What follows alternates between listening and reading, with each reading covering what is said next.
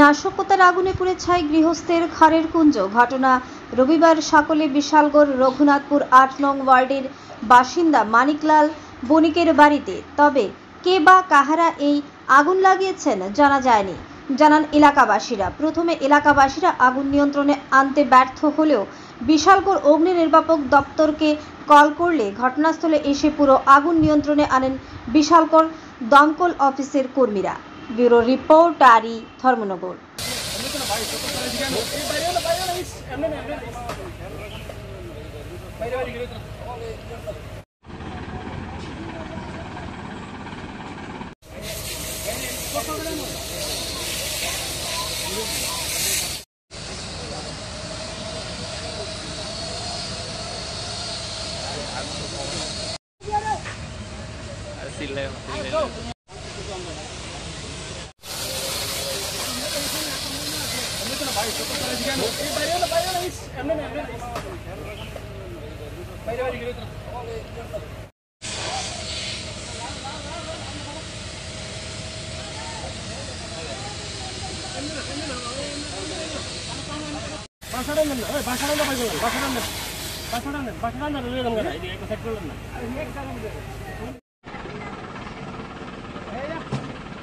ছিল এখানে আপনার নোয়াপাড়া